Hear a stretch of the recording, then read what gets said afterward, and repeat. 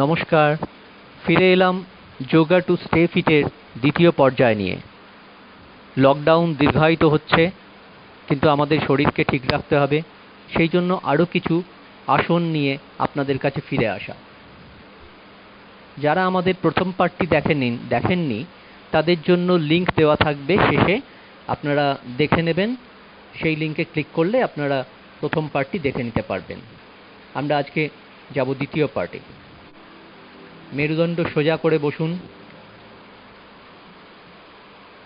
এবারে কোমরে হালকা মোচড় দেবো।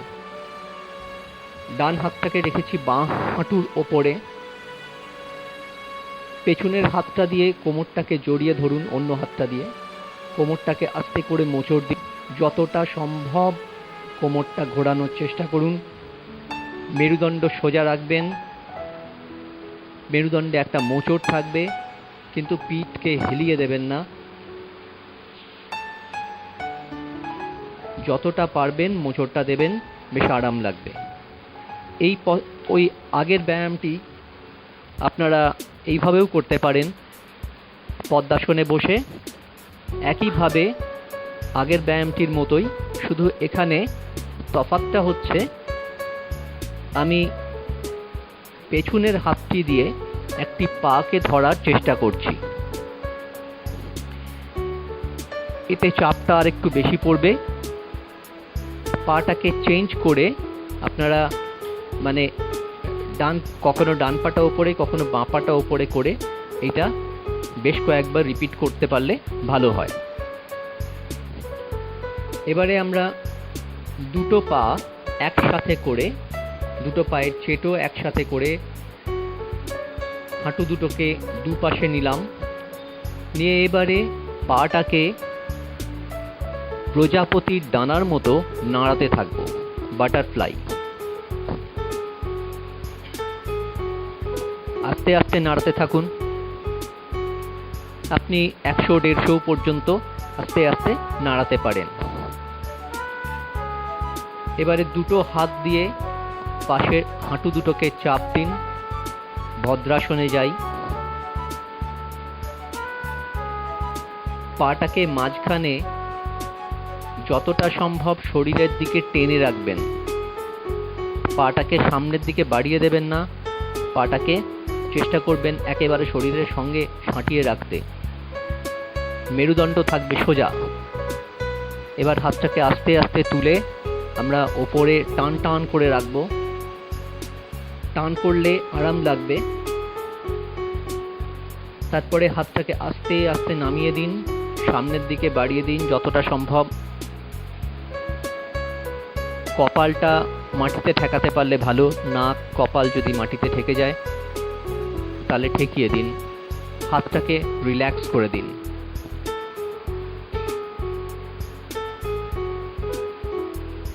আস্তে আস্তে উঠে বসুন। যে কটি আসন দেখানো হচ্ছে কোনোটাই কিন্তু একবার করে করবেন না। এখানে হয়তো একবার করে আমরা দেখাচ্ছি, কিন্তু এটাকেই আপনারা অন্তত 5 বার করে করবেন। এই পশ্চাৎ থেকে আমরা সরে চলে যাই অন্য পশ্চারে। ডান পাটাকে সামনে বাড়িয়ে দিলাম। ডান হাত দিয়ে ডান পায়ের বুড়ো আঙুলটাকে ধরলাম। কোমরটা হালকা মোচড় দিই। পিঠটাকে জড়িয়ে আমার ডান হাতটা, এই বাঁ হাতটা উল্টোটাও উল্টোভাবে করুন। বাঁ হাত দিয়ে ধরুন বুড়ো আঙুলটা এবং কোমরটাকে উল্টো দিকে মোচড় দিন। এইভাবে কিছুক্ষণ ধরে রাখুন।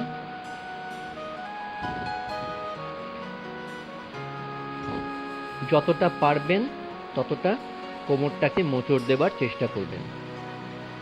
এইভাবে আপনারা এটাও অল্টারনেটলি 5 বার করে 10 বার করতে পারেন। এবারে আমরা পাটাকে, দুটো পাকেই বাড়িয়ে দিলাম সামনের দিকে। দুটো হাতকে রাখলাম আমাদের কাঁধের দুপাশে, সেখান থেকে সোজা নামিয়ে দিলাম হাতটাকে। মেরুদণ্ড সোজা রাখবো, মেরুদণ্ড যেন বেঁকে না যায়। মেরুদণ্ড বেঁকে গেলে এর আসলে ফলটা পাবেন না। মেরুদণ্ড সোজা রাখলাম, ঘাড় সোজা, একটা সমকোণ তৈরি করা হলো। দেখবেন পায়ে এবং পিঠে বেশ একটা হালকা চাপ অনুভব করবেন।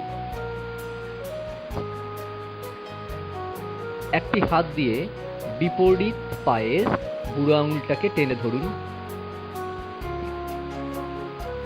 পাটাকে আস্তে করে তুলুন, কোমরটাকে ঘুরিয়ে দিন, ঘুরিয়ে দৃষ্টি পেছন দিকে করে পেছনের হাতটার দিকে তাকান। দুটো হাত কিন্তু একইভাবে একটি সরল রেখায় থাকবে। এইভাবে এটা আপনারা উল্টো হাত দিয়েও করবেন।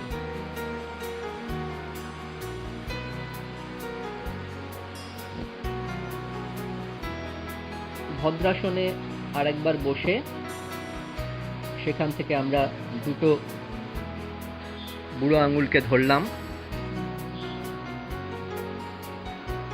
পাটাকে যতটা সম্ভব পারছি ওপর দিকে তোলার চেষ্টা করছি। যতটা উঠবে ততটাই রাখার চেষ্টা করবেন। ব্যালেন্স ঠিক রাখুন, মেরুদণ্ড সোজা রাখবেন, মেরুদণ্ড বেঁকিয়ে দেবেন না। মেরুদণ্ড সোজা রেখে পাটাকে যতটা সম্ভব তোলা যায় তুলবেন, ব্যালেন্স ঠিক রাখবেন। এবারে আস্তে আস্তে আমরা পাটাকে ছড়িয়ে দেবার চেষ্টা করব সামনের দিকে। পাটা ভাঙা থাকবে না, পাটা টাইট অবস্থায়, একেবারে দুটো পা টাইট, দুটো হাত পাশের দিকে তাদের হাত দিয়ে ওই বুড়ো আঙুলগুলোকে, পায়ের বুড়ো আঙুলগুলোকে ধরে আছে। ব্যালেন্স ঠিক রাখুন। এটা করার সময় অনেকে একটু দেওয়ালের ঘেঁষে করতে পারেন, কারণ ব্যালেন্স যদি চলে যায় তাহলে একটু দেওয়ালে পিঠ থেকে যেতে পারে, মানে আপনি পড়ে যাবেন না। এইভাবে কিছুক্ষণ করবেন, দেখবেন পা যদি অনেকক্ষণ ব্যায়াম করে টায়ার্ড হয়ে যায় তাহলে বেশ আরাম বোধ হবে। এরপরে একটুখানি শবাসন করে নেবেন। প্রত্যেক আসনের শেষেই একটু করে শবাসন করে নেওয়া উচিত। শবাসনের নিয়ম আমরা আগেই বলেছি, দু পা পাশের দিকে থাকবে, একটুখানি ছড়িয়ে, মাঝে 1.5 ফুট কি 2 ফুটের মতো গ্যাপ থাকবে। দুটো হাত পাশের দিকে ছড়িয়ে দেবেন। সবচেয়ে বড় কথা হচ্ছে মনটাকে স্থির রাখবেন, শূন্য রেখে দেবেন। মন চিন্তামগ্ন রাখা ছিল। এবারে পা দুটোকে আমরা জোড়া করলাম পরের পশ্চারের জন্য। উত্থিত পদাসন, পাটাকে স্ট্রেট রেখে পাটাকে ধীরে ধীরে তোলার চেষ্টা করলাম, একটুখানি, বেশি নয়, 1 ফুটের মতো তুললাম। এটাকে ধরে রাখাটা একটু ডিফিকাল্ট হবে। যদি না পারেন তাহলে এক পায়ে প্র্যাকটিস করবেন, মানে একটা পা তুলবেন, আবার একটা পা হয়ে গেলে আবার দুটো পা তোলার চেষ্টা করবেন। এই উত্থিত পদাসনটি অনেকভাবেই করা যায়, মানে পায়াটা আপনি ডিফারেন্ট অ্যাঙ্গেলে তুলতে পারেন। এটা যেমন আমরা মোটামুটি একটা 15 ডিগ্রি অ্যাঙ্গেলে তুলেছি। এখানে আপনি অ্যাঙ্গেলে ভ্যারিয়েশন করলে, দেখুন এটা 45 ডিগ্রি অ্যাঙ্গেলে যেমন করা হলো, 45 ডিগ্রি অ্যাঙ্গেলে করলে আপনি পিঠে এবং কোমরে দেখবেন যে চাপটা অনুভব করবেন, সেই চাপের কেন্দ্রটা কিন্তু পরিবর্তিত হয়ে যাবে। এক একটা অ্যাঙ্গেলে এক একটা চাপ পড়বে। যাদের লো ব্যাক পেনের ব্যথা আছে তারা পাটাকে অল্প একটু তুলবেন, আরাম বোধ করবেন। এইভাবে আপনারা কয়েকবার এটাকে রিপিট করতে পারেন।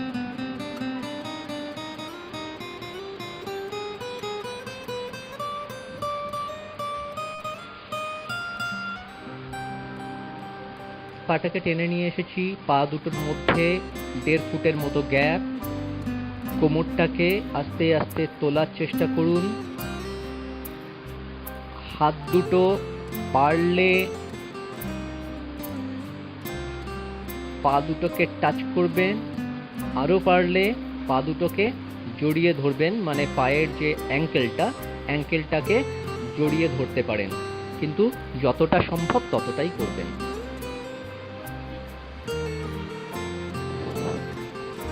এইবার আমরা পরের পশ্চারে যাই। প্রথমে বজ্রাসনে বসি। এইভাবে আপনারা বেশ কিছুক্ষণ বসে থাকতে পারবেন। বজ্রাসনে বসার পরে আমরা হাতটাকে সামনের দিকে বাড়িয়ে দিই, যতটা সম্ভব হাতের দু হাতের মধ্যে 1-1.5 ফুটের মতো গ্যাপ রেখে দেবেন। মাথাটা আস্তে আস্তে নামিয়ে দিন, সামনে মাটিতে ঠেকিয়ে দিতে পারলে ভালো হয়। যাদের স্পন্ডেলাইটিসের ব্যথা আছে তারা কিন্তু সামনে ঠেকাবেন না, মাটিতে ঠেকাবেন না, তারা একটুখানি তুলে রাখবেন। হাতটা যেখানে ছিল সেইখানে রেখেই বডিটাকে এবার সামনের দিকে পুশ করা হলো। নিঃশ্বাস নিতে নিতে পেছিয়ে আসবেন, নিঃশ্বাস ছাড়তে ছাড়তে আস্তে আস্তে এগিয়ে যাবেন। পা আর হাতের পজিশন ঠিকই থাকবে, ফলে আপনার কোমর বেঁকে এরকম সাপের মতো একটা পশ্চার নেবে।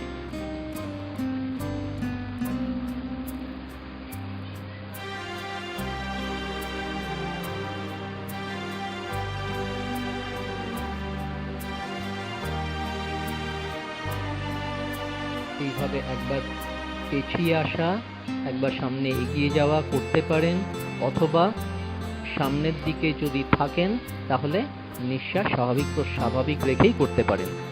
আর যদি সামনে পেছনে মুভমেন্ট করেন তাহলে পেছনে আসবার সময় নিঃশ্বাস নেবেন আর লম্বা নিঃশ্বাস নেবেন, সামনে যাওয়ার সময় ছাড়বেন।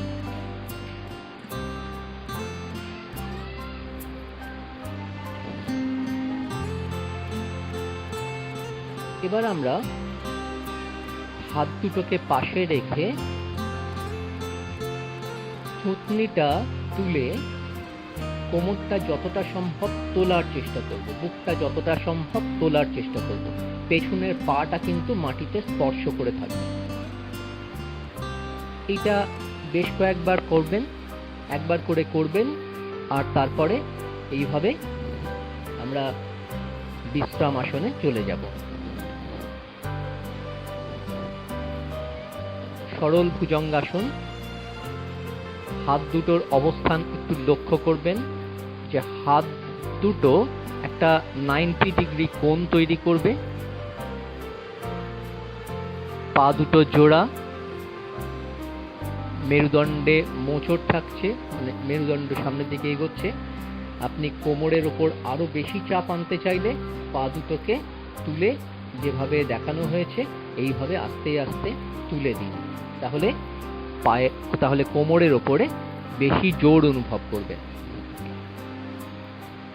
এইটা বেশ কয়েকবার করবেন, তারপরে আবার রেস্ট পশ্চারে চলে যাবেন।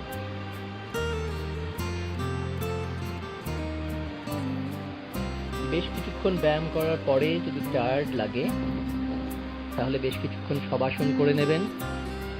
এবার আমরা যাচ্ছি স্ট্রেচিং এ।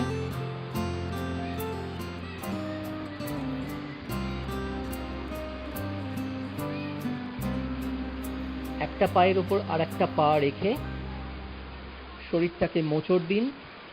দুটো হাত থাকবে মাথার তলায়। যেদিকে মোচড় দেবেন তার উল্টো দিকে ঘাড় ঘুরিয়ে তাকাবেন।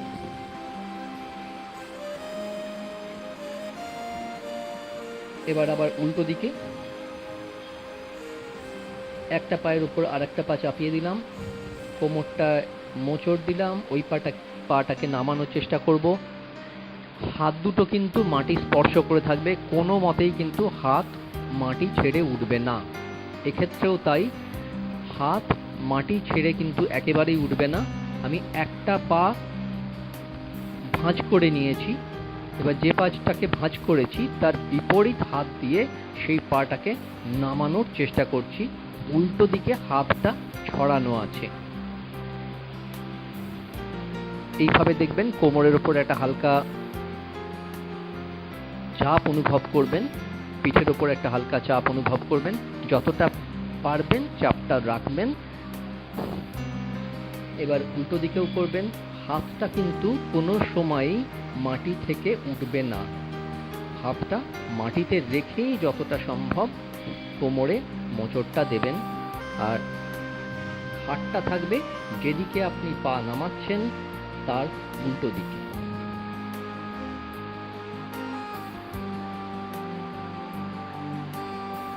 এইভাবে আপনারা এটাও 5 বার করে 10 বার করতে পারেন। সারাদিনের শেষে ক্লান্তি দূর করতে এই শেষে যে ব্যায়ামগুলো দেখানো হলো, স্ট্রেচিং এক্সারসাইজ, এগুলো খুব উপকারী। সমস্ত ব্যায়ামের শেষেই শবাসনে যাবেন, দুটো পা ছড়িয়ে, দুটো হাত ছড়িয়ে শবাসনে বসে থাকবেন। এরপর আস্তে করে যে কোনো একদিকে কাত হয়ে তারপর উঠবেন, সোজা উঠবেন না।